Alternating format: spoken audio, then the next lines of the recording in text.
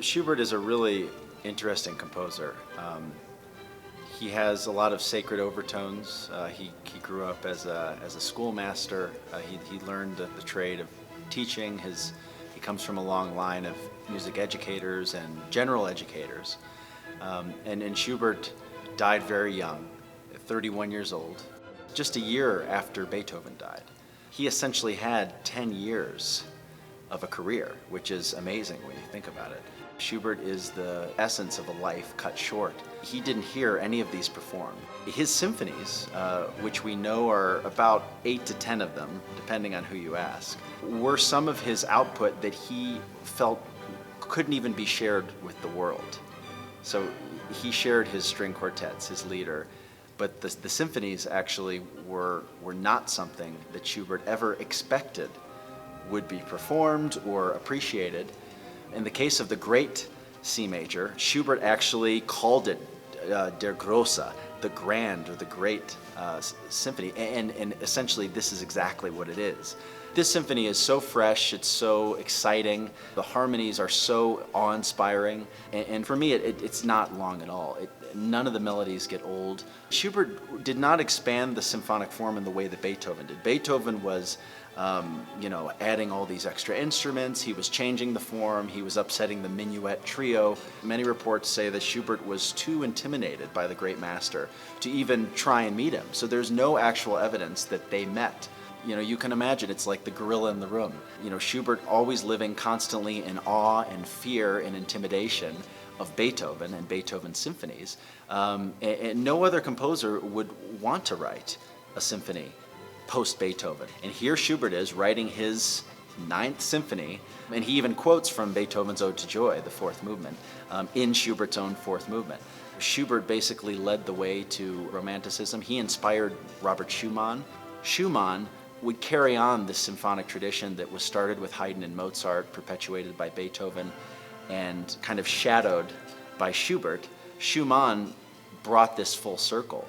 He exposed Schubert's symphonies, and a little bit later on, Robert Schumann would be the one who discovered the great Johannes Brahms.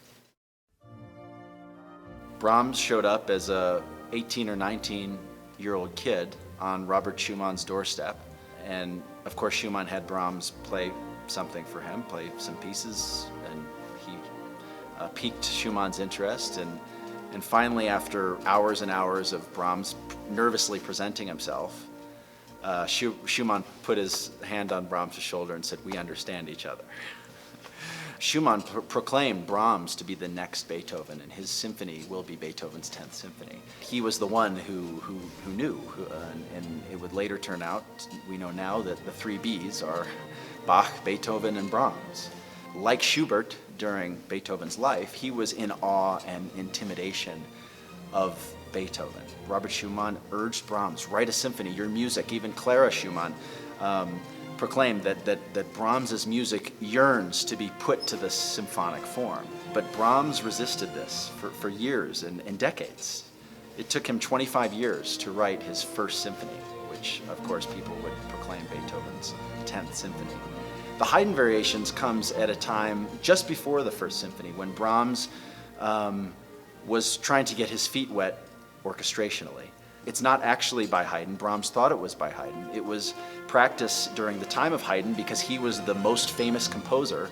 People would put his name on compositions hoping they would get some extra money for it. And this Chorale of St. Anthony turned out to be a piece that was not by Haydn, but nonetheless, it shows Brahms essentially maturing as an artist.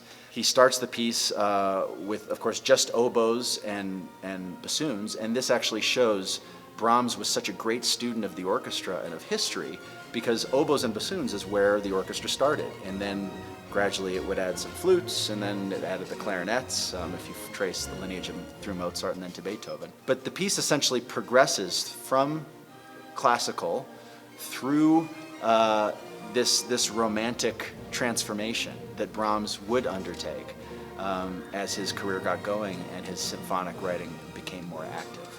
This also shows Brahms's ability to take this theme and variations form, which had never been actually done in the form of an orchestra before. It was always a piano theme and variations, to put it to orchestra and to take the simple theme and to transform it so drastically to where you barely recognize in some of the variations where the theme is. And that is the trait of a masterful and skillful engineer and creative mind. It's not really about the material you use, it's about how you use that material.